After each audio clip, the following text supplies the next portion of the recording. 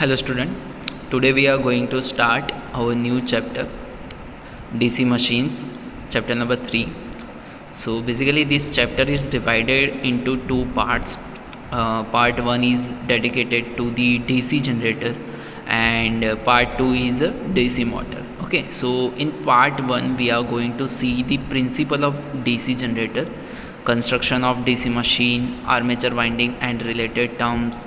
So basically all the details, all the basic details about the DC generator we will going to see in this part 1.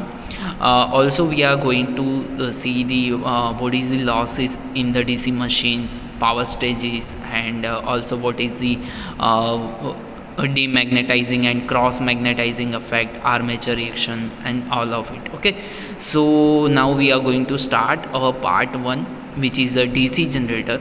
Okay, so what is the basic principle? Basic principle is the DC generator is a machine which converts mechanical energy into the electrical energy, and it is driven by some source of mechanical power. All of you know that the what is a generator. Okay, simply it is convert the mechanical energy to the electrical energy. Okay, DC generator operated on the principle of production of dynamically induced EMF. Okay, so this is the core principle, or we can say that the heart of the DC generator, that it works on the principle that whenever the flux is cut by the conductor, dynamically induced EMF is produced in it according to the law of electromagnetic induction. Okay, so basically it is work on the electromagnetic induction law.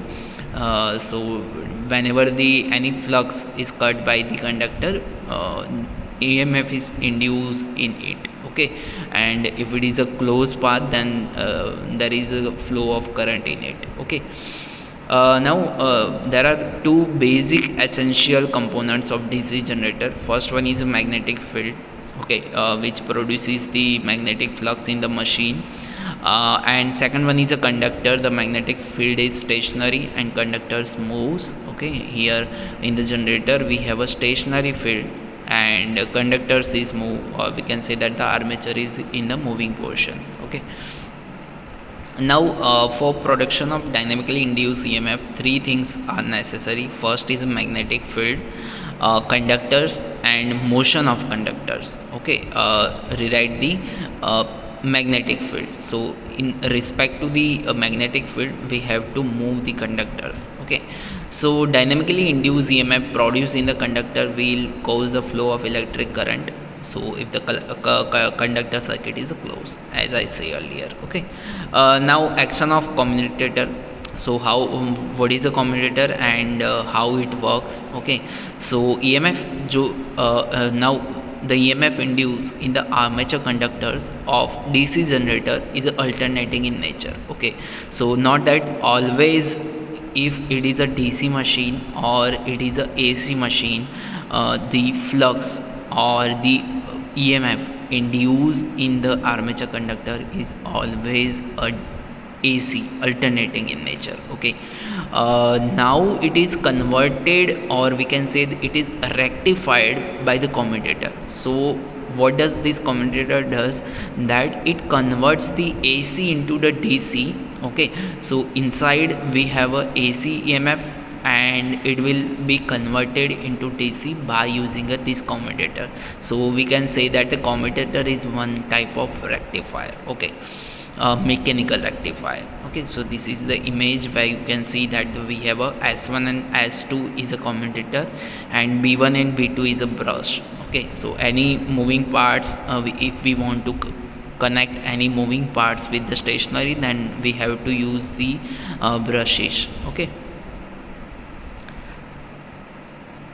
and as shown in 3.2a figure, if we connect the external load, then we will get the one circuit and one supply to the external load. Okay,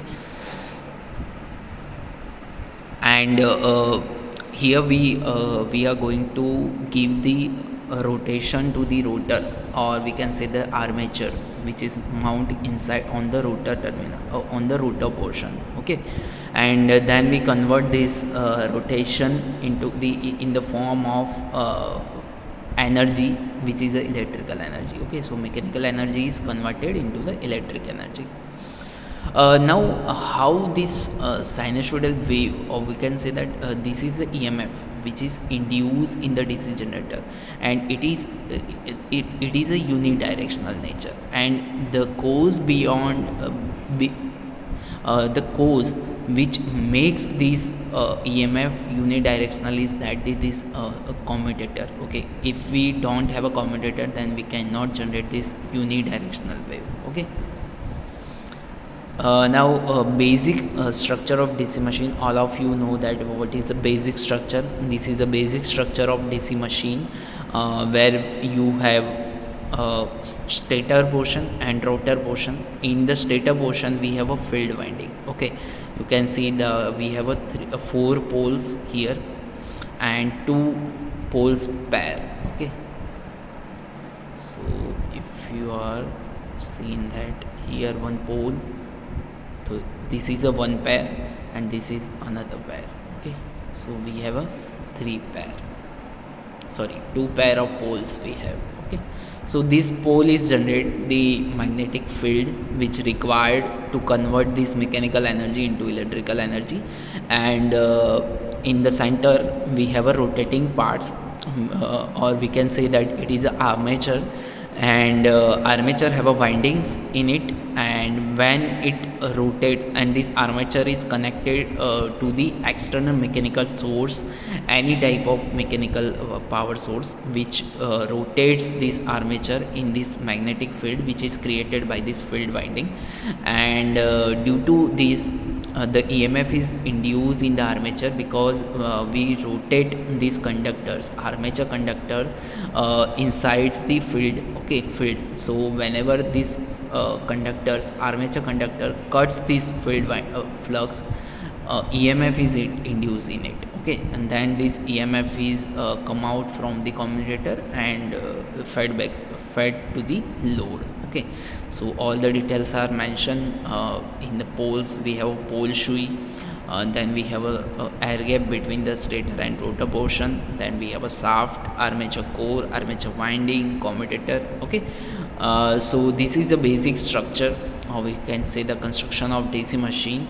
Okay, all the details are mentioned below. If you want to read properly, then you can also read.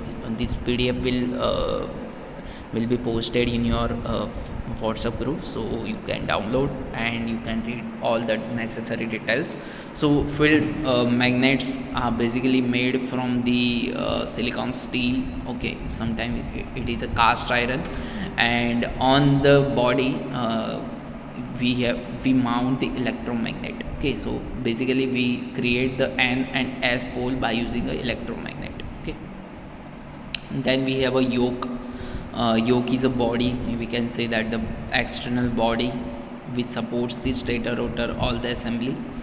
We have a pole course, pole shui. Pole shui is for spreading the flux equally in all the region. Okay, armature is look like this. This is a core of armature, where we have a laminated core. We are not using a wall cylinder.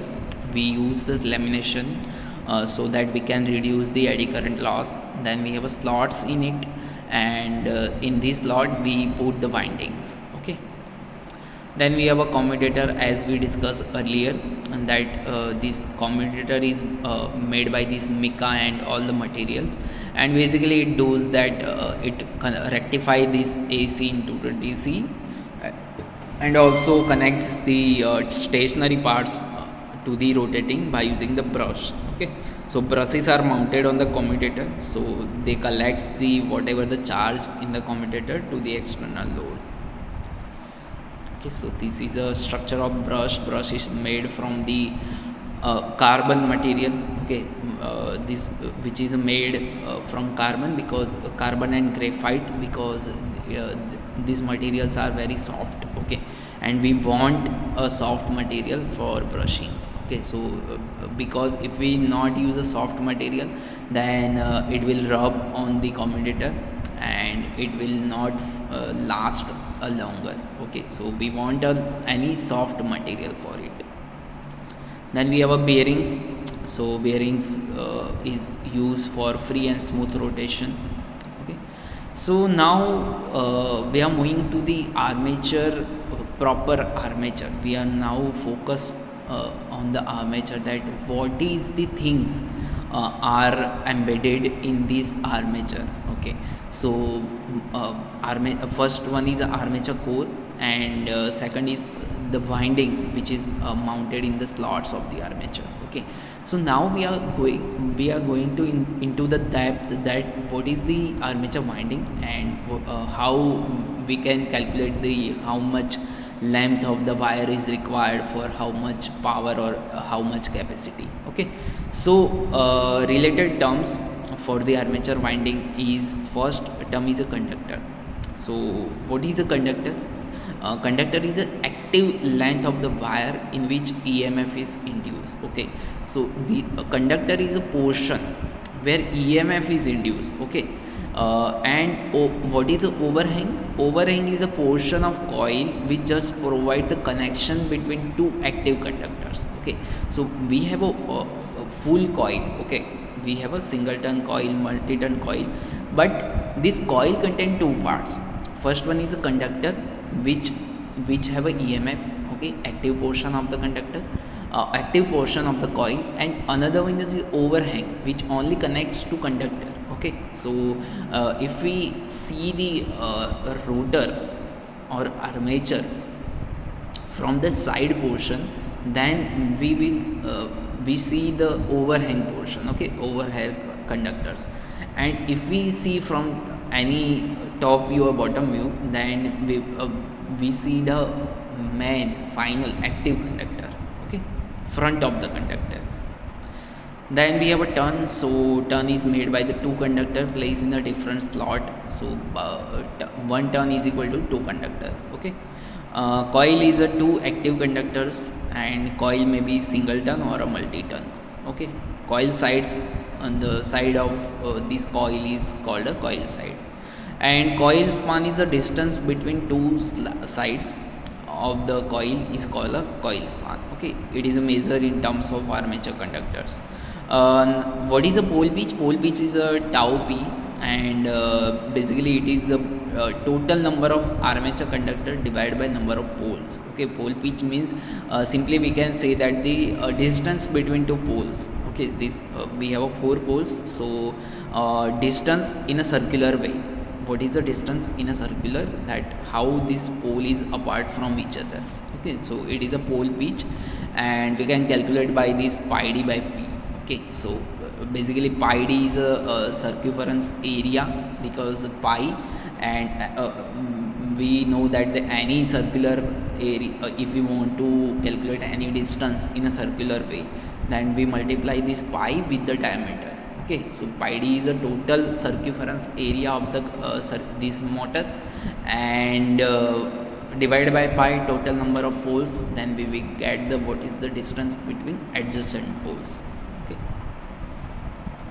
so this is the now what is a lap and wave winding. So lap winding is look like this in a figure A, and wave winding is look like this. Okay, so there are many differences between them, so we will going to see little bit of lap winding and wave winding in this chapter, but you will be going study this full concept of lap and wave winding in the electrical machine design. Okay, so you will have a one subject like EED in further semesters, where you will going to study this lap and wave winding. Okay, back pitch and front pitch, these are the three important terms. So it is defined the distance between top and bottom coil sides of the coil. So only remember definitions. We will going to whenever you face the designing portion, you can clearly betterly understand what is a back pitch, front pitch, and winding pitch. Okay, so it is measured in terms of armature conductors or coil sides denoted YB.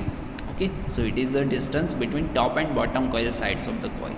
And front pitch is a distance between the two coil sides connected to the same commutator segment. Okay, and winding pitch is a difference between this YB and YF.